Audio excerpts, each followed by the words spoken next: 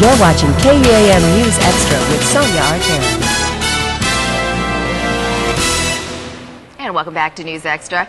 We're talking about the 44th Aerial Port Squadron and its three-time honor of winning the best aerial port in the Air Force Reserve Command. Joining me are two members of the award-winning squadron. We have Technical Sergeant Daryl Dearest and Senior Airman Chrysalis Santos, who have just returned this past Monday from a deployment in Ali Al Salim, Kuwait. You say that 3 times really quick, and I'm sure you guys have memorized that. You've been there for so long. Now, Chris, let's start out with you. How long have you been with the Air Force Reserve, first off? Just over 2 years. Just over 2 years. Now, I understand from your command that you actually volunteered for this post. Tell us why you volunteered for combat zone, and being a woman, for that matter. Mainly just a desire to serve. I mean, I joined the military to serve my country, so just wanted to do my part. Now, describe exactly what you did in Kuwait. Okay, for the first part of my deployment, we worked on moving troops up into the AOR, so moving them to Afghanistan, Iraq. And then for the second part of my deployment, I worked on getting people home, so very happy passengers. So, in your experience, what would you say was the most toughest aspect of your deployment? Just being away from my family. Wow. Everything else is easy. Was it a little scary from time to time? Like, what was the scariest part? Just worrying about my children, really. That's the hardest part about being away. Spoken by a true mom. Now, what was it like being deployed in that environment? I mean, you have to admit, a lot's going on, so tell us, what was the experience like? Take us there, if you will. Well, it's very different from home. I mean, you don't have the people that you're used to seeing. You don't have the food you're used to eating.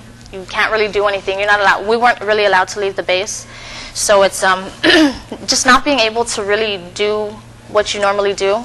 It kind of just strips you for a little bit, but we were there for a good cause, so just the mission, and we were good. What would you say was the most enjoyable aspect? What have you taken home with you? What will you remember most as being the most enjoyable aspect of that deployment? I think, the entire experience was a really good learning experience for me.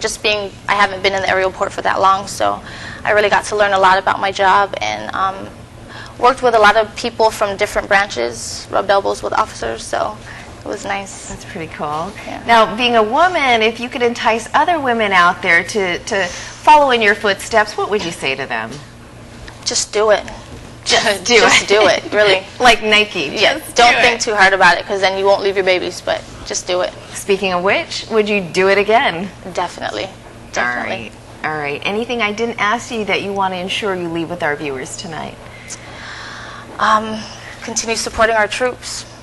And that we will do, especially here at KUAM. Now, Daryl, how many times have you been deployed with the U.S. Air Force Reserves? This is actually my 3rd deployment with them. The first one was with Prince Sultan Air Base in Saudi Arabia, and the second one was Qatar, and then this one was made it my 3rd one, which was Ali Al Salim. What would you say is different, or from all of your deployment, the last 3, what was different from this past deployment from the other 2?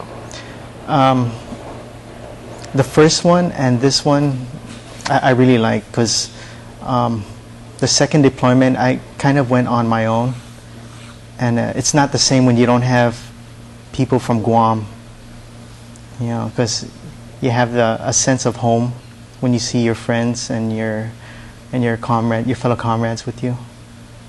I'm glad you mentioned fellow comrades, because last time we had Major Paul Cruz on, he was telling us that the 44th Squadron, they're always so eager to deploy. What in your mind is the reason behind everybody being so eager to redeploy, if you will? Just want to do something for yourself.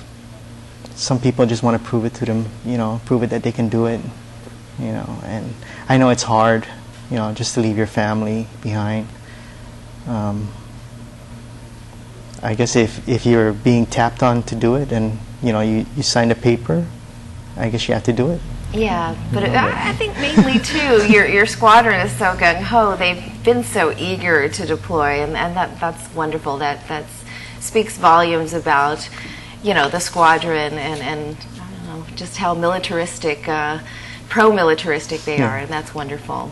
And we're going to get into more wonderful aspects of your deployment when we come back, so please stay with us.